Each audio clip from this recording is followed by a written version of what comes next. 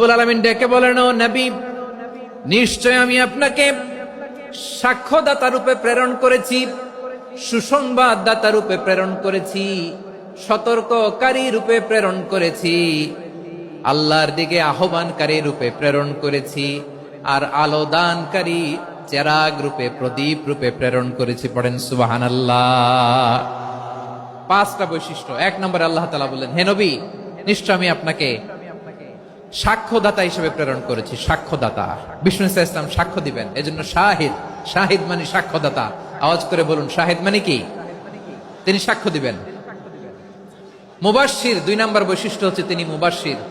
মুবাশশিরুম বিরাহমাতিল্লাহি ওয়া বিল জান্নাহ, তিনি আল্লাহর রহমতের সুসংবাদ দেন, তিনি আল্লাহর জান্নাতের সুসংবাদ দেন। সুবহানাল্লাহ পড়ে।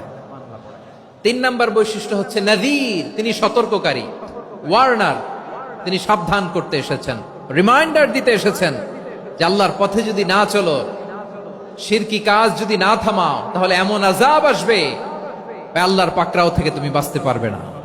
তিনি নাযীর।